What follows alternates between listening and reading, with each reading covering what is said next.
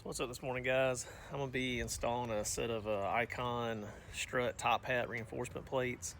As you've all probably heard if you're watching this video, that the 4th gen Tacomas are blowing the top hat straight through if you bottom out too hard on the front suspension, knocking the bushing out, making the truck almost undrivable.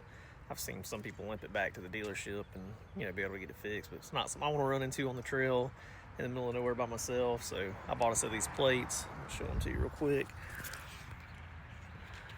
They're notched to go in, but all this does is sit on top of here. I'm gonna take the nuts off, and it just sandwiches in the top of your top hat right here, the part that breaks. It's not a complete fix. It's more of like a band-aid solution. It'll keep you, on the trail and driving and able to get back to civilization if it were to still break. I know Jeff at Westcott has come out with an entire new top hat made out of billet. It's a really good option, a little more expensive. I think the Icon plates I bought run about 70-80 bucks for a set. I know the Westcott options I think are in the about $400 range, but you can also get, I think it's a 1-inch lift out of that as like a spacer type top hat lift, which isn't a bad option either. I just found out about it a little too late. Otherwise I probably would have went with the Westcott ones just for a more permanent, like bulletproof solution.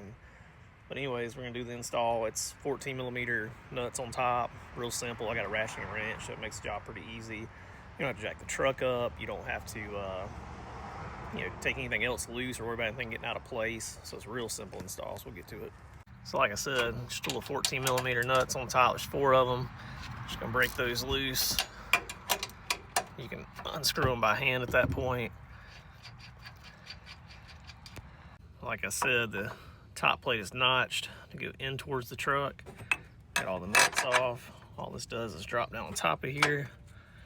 And then as you tighten this down, it's gonna just sandwich down on top of this top hat just to keep it in place in case it ever were to shatter or break loose. It's not gonna go anywhere at that point.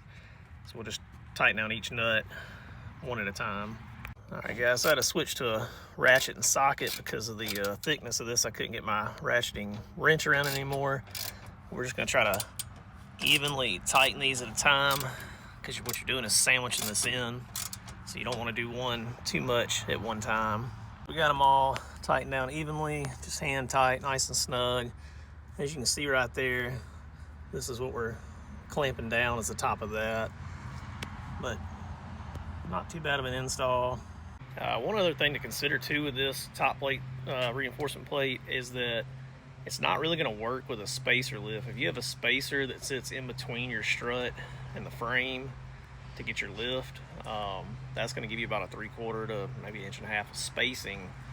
So it's still going to be able to break the strut and go through. It's not going to go through it all the way because the plate will still catch it at least, but it's still going to make the truck drive crazy, not safe.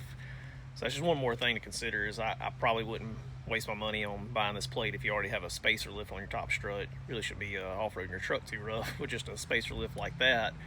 Again, the Jeff at Westcott has a great option for that. If you haven't bought these plates yet, if you haven't bought your lift yet, I would highly recommend going with his billet top plates because you can get your lift and your reassurance, that nothing's going to go wrong. You don't have to be stranded on the trail. It's going to last forever.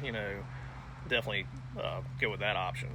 All right, guys, that was like a few minutes here in the driveway, simple install with hand tools, nothing crazy at all.